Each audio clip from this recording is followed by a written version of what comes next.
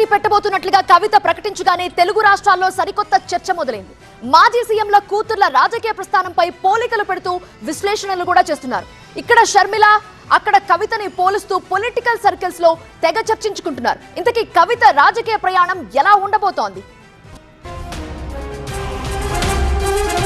మా జాగృతి వాళ్ళు సిస్టమేటిక్ కార్యకర్తలు, ప్రతి గ్రామంలో ఉన్నటువంటి జాగృతి కార్యకర్తలు, ఉద్యమకారులు, ప్రజాస్వామ్యవాదులు, ఈ రాష్ట్రంలో రాజకీయాల్లో మార్పు రావాలనుకునే వాళ్ళందరినీ కూడా మనస్ఫూర్తిగా ఆహ్వానిస్తూ ఉన్నాం.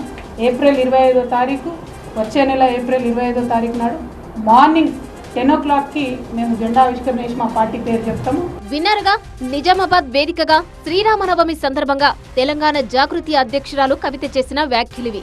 ఏప్రిల్ 25న కొత్త పార్టీ పెడతా, రాష్ట్రమంతా తిరుగుతా, అన్ని వర్గాలను కలుపుకొని వెళ్తూ సర్వోదయ తెలంగాణ కోసం కృషి చేస్తానని అన్నారు కవిత. తెలంగాణలో ప్రస్తుతం ఉన్న పరిస్థితుల్లో సరికొత్త రాజకీయ పార్టీ ఎంతో అవసరమని అంటున్నారామె. తెలంగాణ బిడ్డగా, నిజామాబాద్ కోడలిగా రాష్ట్రంలో సరికొత్త రాజకీయ చైతన్యం తీసుకొస్తానని ధీమా వ్యక్తం చేస్తున్నారామె. తెలంగాణ తల్లి విగ్రహాన్ని మారిస్తే కనీసం మాట్లాడలేని పరిస్థితుల్లో బీఆర్ఎస్ కానీ బీజేపీ కానీ ఉన్నారు. అంటే ప్రజలకు సెంటిమెంట్గా ఉన్న ఇష్యూస్ మీద మాట్లాడట్లేదు, ప్రజలకు నష్టం డైరెక్ట్గా ఫైనాన్షియల్గా ఉద్యోగపరంగా జరుగుతున్నా మాట్లాడతలేదు. బీజేపీ ఉద్యమం చేయట్లేదు, బీఆర్ఎస్ ఉద్యమం చేయట్లేదు. సో ఈ 3 పార్టీలకు వ్యతిరేకంగా కూడా కొట్లాడతాము. ప్రజలు వెయిట్ చేసి చూస్తున్నారు, ఒక ఆల్టర్నేట్ ఫోర్స్ వస్తే బాగుండు, మా పక్షాన మాట్లాడేటోళ్ళు వస్తే బాగుండు. అంటే ప్రజల సెంట్రిక్గా జాగృతి పనిచేస్తుంది. కవిత చేస్తున్న వ్యాఖ్యలతో, వేస్తున్న అడుగులతో షర్మిల రాజకీయ ప్రస్థానాన్ని గుర్తు చేసుకుంటున్నారు రాజకీయ విశ్లేషకులు. వీళ్ళిద్దరూ సీఎం కూతుళ్లు. తెలుగు రాష్ట్రాల్లో మహానేతగా పేరున్న వైఎస్ఆర్ కూతురు షర్మిల తన అన్నతో విభేదాల తర్వాత తెలంగాణ రాజకీయాల్లోకి వచ్చారామె. తెలంగాణ కోడల్ని అంటూ వైఎస్ఆర్ తెలంగాణ పేరుతో పార్టీ పెట్టి ఇదే మెట్టినిల్లు అంటూ రాష్ట్రంలో పాదయాత్ర కూడా చేశారు. ఆ తర్వాత పార్టీని కాంగ్రెస్ లో విలీనం చేసి ఏపీ పీసీసీ అధ్యక్షురాలిగా కొనసాగుతున్నారామె.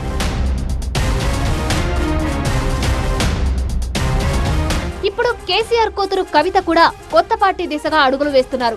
తన మెట్టినిల్లైన నిజామాబాద్ వేదికగా ఈ ప్రకటన చేశారామె. తనకు నిజామాబాద్ ప్రజలతో పాటు కన్న తల్లిదండ్రుల ఆశీర్వాదం ఉంటుందని ధీమా వ్యక్తం చేశారామె.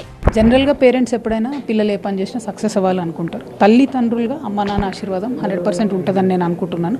పొలిటికల్గా దారులు వేరే ఉండొచ్చు, బట్ జీవితంలో నేను చేసేటటువంటి పని మంచిగా జరగాలని వారు కోరుకుంటారు. తెలంగాణలో ప్రస్తుతం ప్రాంతీయ పార్టీ లేదని, తాను పెట్టబోయేదే తెలంగాణ ఇంటి పార్టీ అని అంటున్నారామె.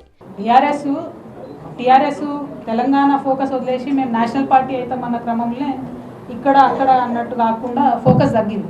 ఇవాళ తెలంగాణలో అసలు ప్రాంతీయ పార్టీయే లేదు కదా. సో రేపటి నాడు మా జాగృతియే ప్రతి ఇంటి పార్టీ అవుతుంది, తెలంగాణ ప్రాంతీయ పార్టీ అవుతుంది. 95% ఫోకస్ మా తెలంగాణ మీద, తెలంగాణ సమస్యల మీద ఉంటుంది. 5% దేశంలో జరుగుతున్న అంశాలు గమనించాలి కాబట్టి నేషనల్ కమిటీ కూడా ఒకటి ఉంటుంది. కవిత చేయబోయే సరికొత్త రాజకీయ ప్రయాణం ఎలా సాగబోతోంది, ఎంత దూరం వెళ్తుంది, ఏ తీరానికి చేరుతుంది, ఎంతవరకు ఆమె సక్సెస్ అవుతుందో చూడాలి మరి.